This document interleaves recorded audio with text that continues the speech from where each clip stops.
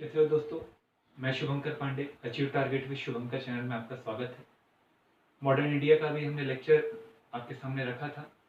जो modern India का test था उसमें 18 क्वेश्चन ही है, आप 18 क्वेश्चन को ही सॉल्व करिए।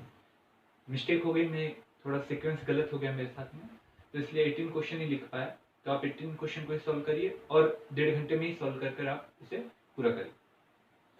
पॉलिटी हमारी चलने वाली थी। ये हमारा नया लेक्चर है, नया सब्जेक्ट है और कई सारे बच्चे पहली बार पढ़ने वाले हैं। और कई सारे बच्चों ने कहा कि सर फंडामेंटल से लेकर चलिए, धीरे धीरे चलेंगे तो भी चलेगा। तो भैया क्लासेस लंबी चलेंगी, इसका मतलब सीधे सीधे पीछे बात जो छुपी हुई है, क्लासेस लंबी चलेंगी और धीरे धीरे चलेंगी। तो आप लोग बने रहिए साथ में। हम देखते हैं राज्य व्यवस्था। टॉपिक ये था हमारा राज्य व्यवस्था। राज्य व्यवस्था को हमें देखना है। तो राज्य क्या होता है पहले तो ये पता रहना चाहिए। व्यवस्था क्या होना चाहिए कि दो शब्दों से मिलकर बना है, राज्य और व्यवस्था। राज्य क्या है, इसकी आवश्यकता क्यों है, आवश्यकता क्यों है, ये राज्य व्यवस्था को कैसे बनाता है, अर्थात इसके अंग कौन कौन से हैं। अंग आप बताइए। ये प्रश्न आते नहीं हैं, पर आगे के लेक्चरों में आपको थोड़ा सा बने रहने के लिए और थोड़ी सी जानकारी पहले से दिमाग में रखे रहने के लिए ये फंडामेंटल है। तो राज्य क्या है? तो राज्य एक ऐसा क्षेत्र जो जिसका एक भूभाग हो, जनसंख्या हो और वो समप्रभु हो, ऐसे क्षेत्र को क्या कहा जाता है? ऐसे क्षेत्र को कहा जाता है राज्य। मतलब भूभाग मतलब एक एरिया हो, उस एरिया में रहने वाली जनता हो और उस जनता के ऊपर कार्य करने वाली सरकार भी हो। एक और पॉइंट लिखिए, सरकार हो जो उस जनता के लिए निर्णय लेने के लिए क्या हो? संप्रभु हो, उसे राज्य कहा है। राज्य एक अमूर्त शब्द है। क्या कैसा शब्द है? अमूर्त शब्द। मतलब जैसे राम है तो राम के दो हाथ है, दो कान है, एक नाक है, दो आंखें हैं, दो पैर है, दो हाथ है। आप ये अनुमान लगाते हैं, हाँ राम मर्यादा पुरुषोत्तम ऐसे है, कृष्ण ऐसे दिखाई देते हैं। ये आपने अनुमान लगाया क्योंकि उनकी मूर्तियां बनती है, इसलिए उनको मूर्त कहा जाता है। पर जैसे बोला भगवान है, कोई भगवान है, तो भगवान आपके सामने है क्या? नहीं है, केवल अनुमान लगाया आपने, हाँ भगवान है जो प्रकृति को चलाता है। तो आपने उसे निराकार रूप में माना, उसे कहा था अमूर्त। तो राज्य एक अमूर्त अवधारणा है जिसमें चार तत्व रहते हैं, एक भूभाग, दूसरा जनसंख्या, तीसरा सरकार और चौथा संप्रभु। तो राज्य की परिभाषा लिख लीजिएगा, ऐसा क्षेत्र जिसमें का भूभाग हो, जनता हो, सरकार हो तथा सरकार के पास में जनता के लिए निर्णय लेने की संप्रभु शक्ति हो, उसे राज्य कहा जाता है। ये राज्य की आवश्यकता क्यों पड़ी? क्योंकि राज्य अब स्वाभाविक रूप से कई सारी जो विचारधारा है बेटा, वो विचारधारा मानती है कि राज्य जैसी कोई अवधारणा होनी चाहिए, क्योंकि राज्य के कारण किसी एक व्यक्ति का लाभ होता है, बाकी व्यक्ति को उस व्यक्ति के लाभों के तले चलना पड़ता है। जैसे एक प्रमुख व्यक्ति कार्ल मार्क्स की जो साम्यवादी विचारधारा है, उसमें राज्य विहीन व्यवस्था की बात की गई। पर राज्य की आवश्यकता क्यों पड़ी? तो भैया एक प्रमुख कारण है व्यक्ति का कहीं ना कहीं असंतुलित होना। जब व्यक्ति दूसरे व्यक्ति के अधिकारों का हनन करेगा, शरण करेगा, तो स्वाभाविक रूप से दूसरा जो व्यक्ति रहेगा उसका शोषण हो रहा है। जब शोषण हो रहा है तो स्वाभाविक रूप से उस शोषण से बचाने के लिए कुछ ना कुछ तो होना चाहिए। अगर ये सब ना हो तो स्वाभाविक रूप से उस बचाने वाली संस्था को होना नहीं चाहिए, और ये बचाने वाली संस्था क्या कहलाती है? राज्य कहलाती है। जैसे मान के चलिए आपकी जमीन पर किसी अन्य व्यक्ति के द्वारा कब्जा कर लिया गया, अगर कब्जा नहीं किया गया और दोनों व्यक्ति आइट साइड के आपके जो नेबर है वो आइट साइड जो है वो लगातार अच्छे से जीवन जी रहे, तो स्वाभाविक रूप से आपके संबंध अच्छे हैं। स्वाभाविक रूप से संबंध अच्छे हैं तो मतलब आपके संबंधों में संतुलन बनाए रखने के लिए किसी तीसरे व्यक्ति की आवश्यकता है क्या? नहीं है। पर वर्तमान में या पूर्व में इन संबंधों में कहीं ना कहीं पहले से खटास थी। व्यक्ति असंतुलित था, दूसरों के अधिकारों को मारने के लिए ज्यादा तत्पर रहता था और यही कारण रहा कि राज्य की आवश्यकता है। और वर्तमान में तो और ज्यादा आवश्यकता हो गई, क्योंकि दबे कुचले वंचित शोषित पीड़ित इन लोगों की आवश्यकता की पूर्ति करने के लिए कोई व्यक्ति नहीं सामने आता है, क्योंकि व्यक्ति ही तो उन व्यक्तियों का क्या कर रहा है? शोषण कर रहा है।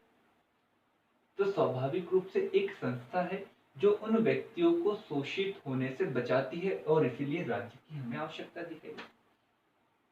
अब ये राज्य की आवश्यकता दिखाई देती है, तो ये राज्य इन आवश्यकताओं की पूर्ति कैसे करता है? तो राज्य के कुछ अंग होते हैं।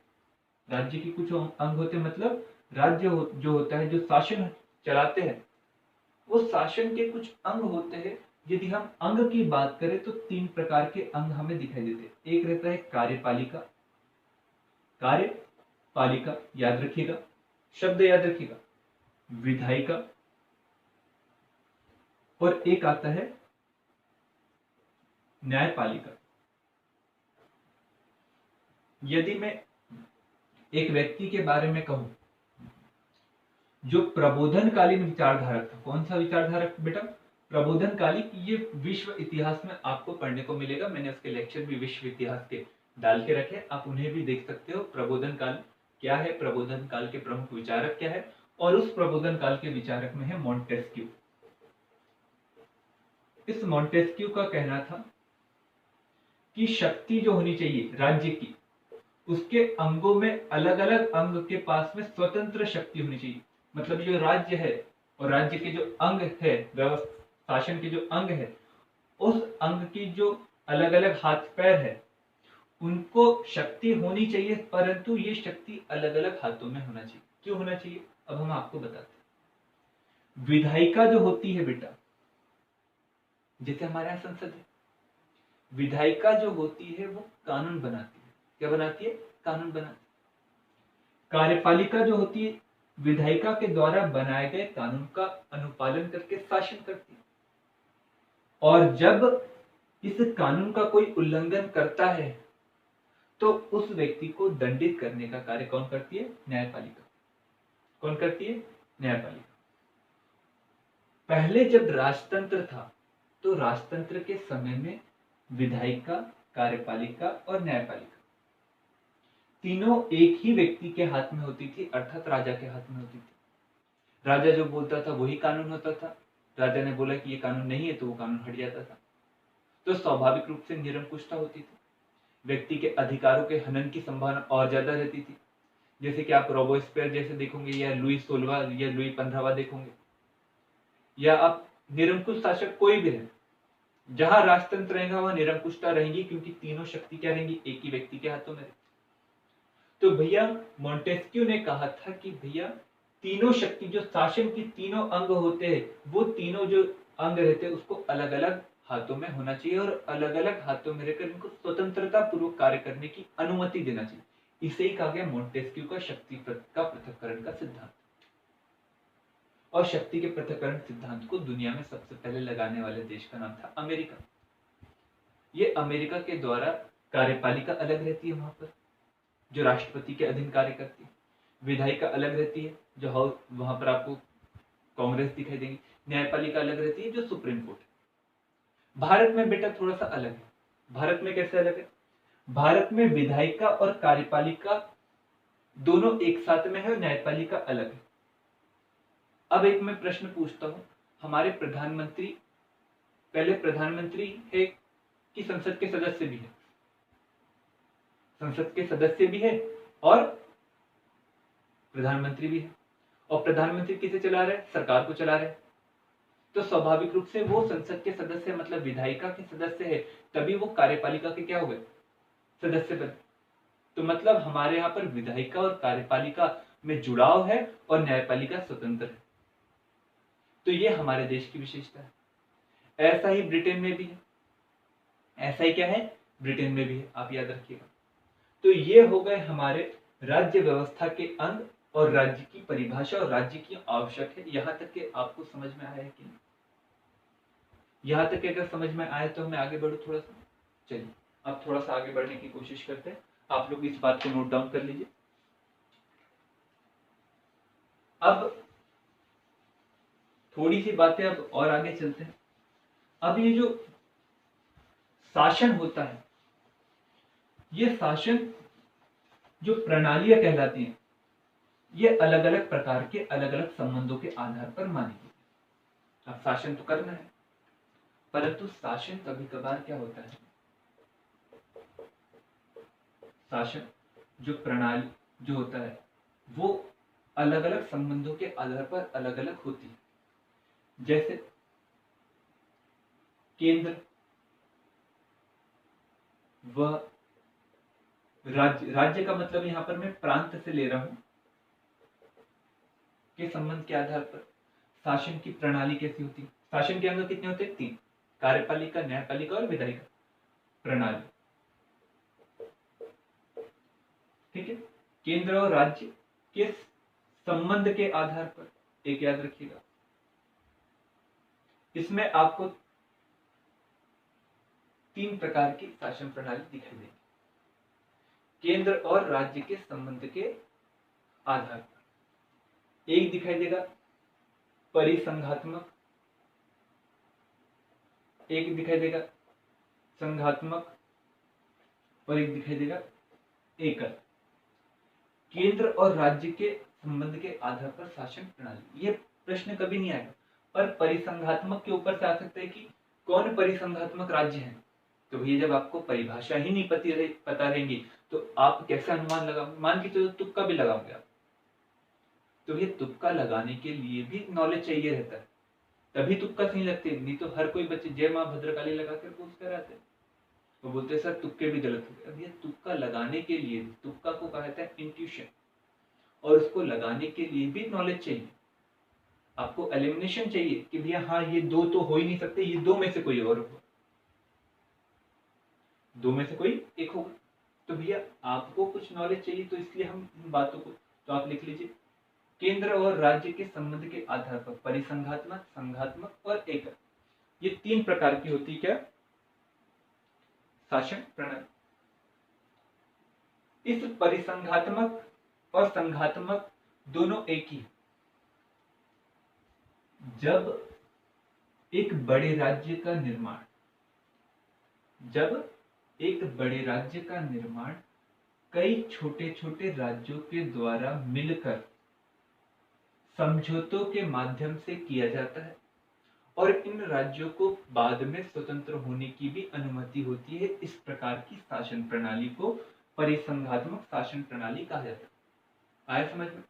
2 राज्य है, 2 राज्यों के द्वारा मिला गया, ये 2 या 2 से अधिक राज्यों के द्वारा मिला गया और मिलने के बाद में एक बड़े राष्ट्र का निर्माण किया। निर्माण किए जाने के बाद में अगर एक राज्य का मनमुटाव किसी अन्य राज्य के साथ होता है तो उस राज्य को उस शासन प्रणाली से या उस राष्ट्र से अलग होने की अनुमति है। इस प्रकार की शासन प्रणाली को कहा जाता है परिसंघात्मक शासन प्रणाली। इसी में जब एक बड़े राज्य का निर्माण कई सारे राज्यों के द्वारा मिलकर किया जाता है परंतु राज्यों को इसके बाद में अलग होने की अनुमति नहीं होती है, उस प्रकार की शासन प्रणाली को कहा जाता है संघात्मक शासन प्रणाली। परिसंघात्मक का उदाहरण सोवियत रूस संघ था, सोवियत संघ था। तो संघात्मक शासन प्रणाली का एक क्लासिकल एग्जाम्पल है अमेरिका। अमेरिका के बारे में जब मैं आपको अमेरिका के संविधान के बारे में बताऊंगा तो आपको बातें तो क्लियर होगी। तो अमेरिका के बारे में कहा जाता है कि अमेरिका कई राज्यों से मिलकर बना। पूर्व में 13 स्टेट थे, आज 52 के करीब करीब हो गए। ये सब राज्य मिलकर यूनाइटेड स्टेट को बनाते हैं, पर एक बार मिलने के बाद में ये बाद में अलग नहीं हो सकते। इस प्रकार की शासन प्रणाली को क्या कहा जाता है? संघात्मक शासन प्रणाली, फेडरल सिस्टम। ये प्राय दोनों जो बनते हैं ये प्राय बड़े क्षेत्र में, जब राज्य बड़ा रहता है तो स्वाभाविक रूप से एक बड़े राज्य को केंद्र में बैठकर शासन करना कठिन हो जाता है। तो बड़े राज्य को सुदूरवर्ती क्षेत्र पर शासन करना है तो स्वाभाविक रूप से उसे अपने शासन को कहीं ना कहीं डिसेंट्रलाइज करना पड़ेगा, विकेंद्रीकृत करना पड़ेगा। और यही कारण है कि विकेंद्रीकरण के समय में दो शासन प्रणाली हमें दिखाई दी, एक परिसंघात्मक और एक संघात्मक। अब एकल शासन प्रणाली क्या होती है? ऐसी शासन प्रणाली जिसमें केंद्रीय सत्ता का महत्व ज्यादा रहता है और केंद्रीय सत्ता ही पूरे क्षेत्र पर शासन करने की क्या करती है? कोशिश करती है। इस प्रकार की शासन प्रणाली को कहा जाता है एकल शासन प्रणाली, जैसा कि ब्रिटेन। जैसा कि क्या है? ब्रिटेन। तो मतलब परिसंघात्मक का उदाहरण कौन हुआ? कौन हुआ बेटा? सोवियत संघ पूर्व का। संघात्मक का बहुत अच्छा उदाहरण है अमेरिका। और एकल का बहुत अच्छा उदाहरण है क्या है? हमारा ब्रिटेन। हमारा ब्रिटेन नहीं, उनका ब्रिटेन, हमारा ब्रिटेन नहीं। अब ये हो गए केंद्र और राज्य के संबंध के आधार पर। इसकी परिभाषा आप लिख चुके होंगे। अब इसकी परिभाषा आप लिख चुके होंगे तो भैया यहीं पर आप थोड़ी सी और बातों को और जान लो कि शासन प्रणाली और भी प्रकार की होती है। और भी प्रकार की कैसी होती है? तो दूसरी प्रकार की जो शासन प्रणाली होती है वो कार्यपालिका और विधायिका के संबंध के आधार पर। कार्यपालिका आप जान चुके हो, कार्यपालिका वह विधायिका के संबंध के आधार पर।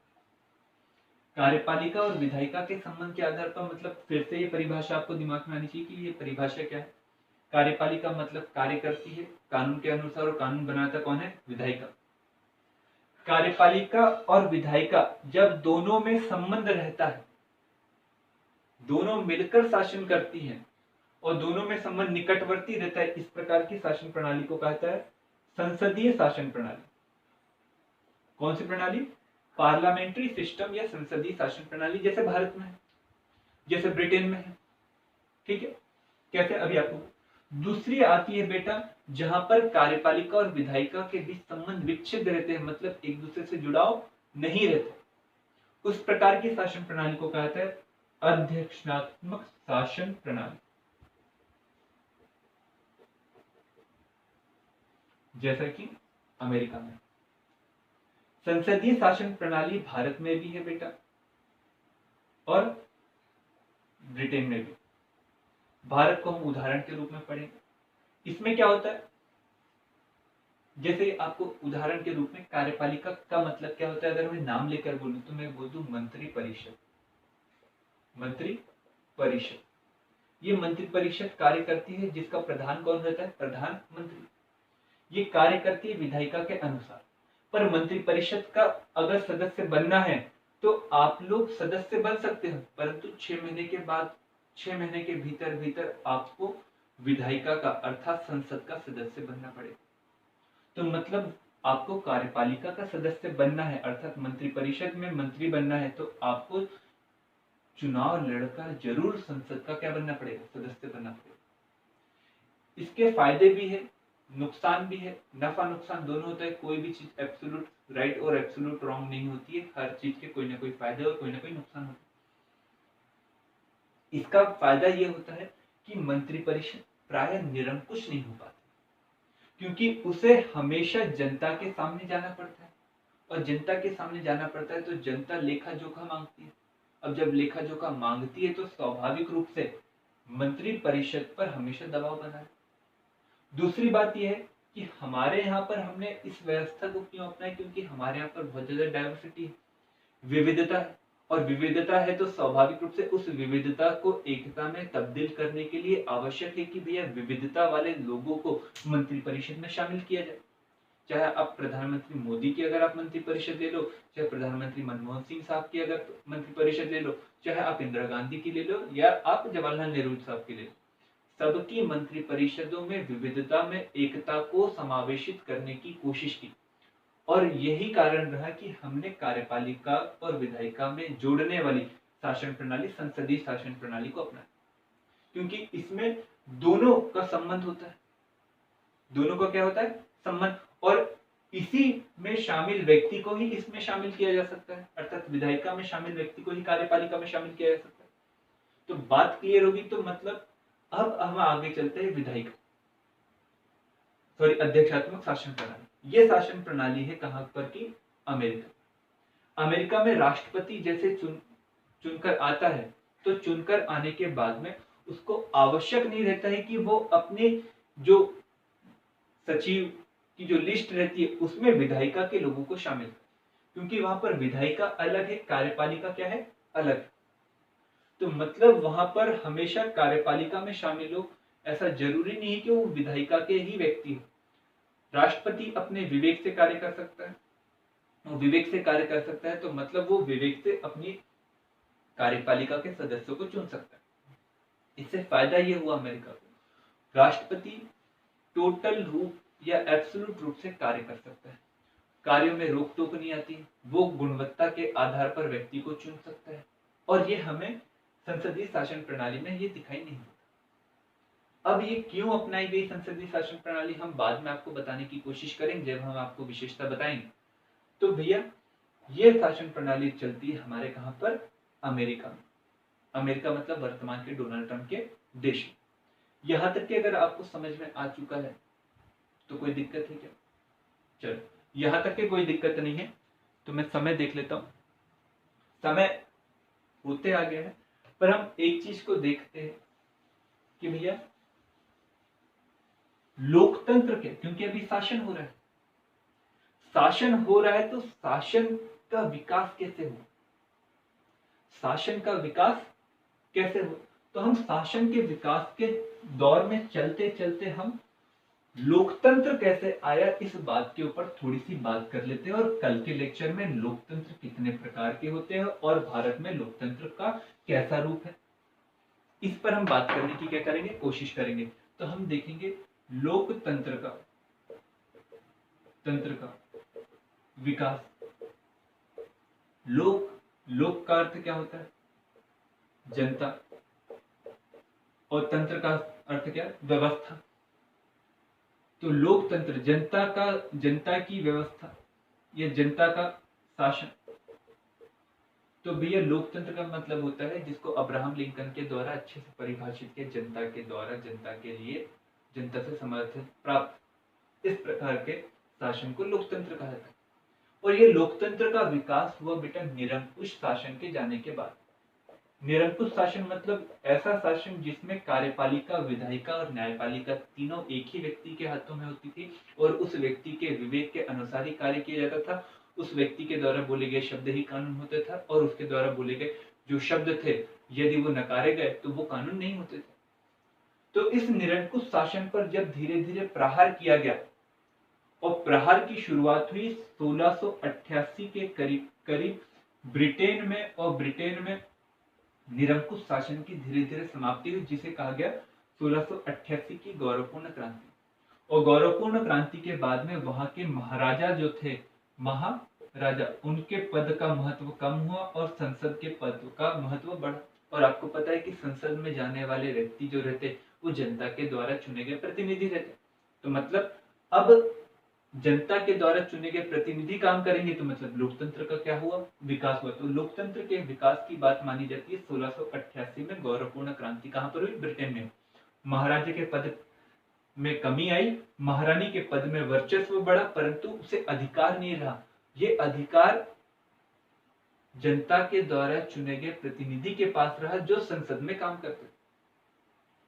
इसी के बाद में धीरे से विकास तब हुआ जब 1776 के करीब करीब अमेरिका में क्रांति हुई, अमेरिकी क्रांति, अमेरिकी आजाद हुआ, और पहली बार स्वतंत्रता की बात कही गई, समता की बात कही गई। जब स्वतंत्रता और समता की बात की गई तो उसके बाद में लोगों को अधिकार मिला और ज्यादा, और जब और ज्यादा अधिकार की बात हुई तो 1776 में जब अमेरिकी क्रांति, उसी के कुछ वर्षों के बाद में 1789 में हुई फ्रांस की क्रांति, और फ्रांस की क्रांति में स्वतंत्रता, समता और बंधुत्व शब्दों को जोड़ दिया गया। और इसी के बाद में इन तीन घटनाओं ने कहीं ना कहीं लोकतंत्र को लाने में महत्वपूर्ण भूमिका निभाई। अब ये लोकतंत्र होते कितने प्रकार के हैं ये हम नेक्स्ट लेक्चर में देखने की कोशिश करेंगे। तो आप लोगों को बहुत सारी बातें समझ में आ चुकी होंगी। तो आज के प्रश्न लिखिएगा और कमेंट बॉक्स में जरूर लिखिएगा। मैं पहले लिख देता हूँ, राज्य की परिभाषा क्या होती है। दूसरा, राज्य के तत्व कितने होते हैं, मतलब कितने चीजों से मिलकर बना होता है। तीसरा प्रश्न, शासन के अंग कितने होते हैं। चौथा प्रश्न, केंद्र राज्य संबंध के आधार पर शासन के प्रकार कितने होते हैं। कार्यपालिका और विधायिका के संबंध के आधार पर कितने प्रकार के होते हैं। ये आपके सामने हमने 5 प्रश्न रखे। 5 प्रश्नों को आप कमेंट बॉक्स में जरूर लिखिएगा और टेस्ट को जरूर अच्छे से दीजिएगा, ताकि आपका किस प्रकार से लॉकडाउन में तैयारी हुआ है इसका खुद का मूल्यांकन आप खुद कर सकें। धन्यवाद।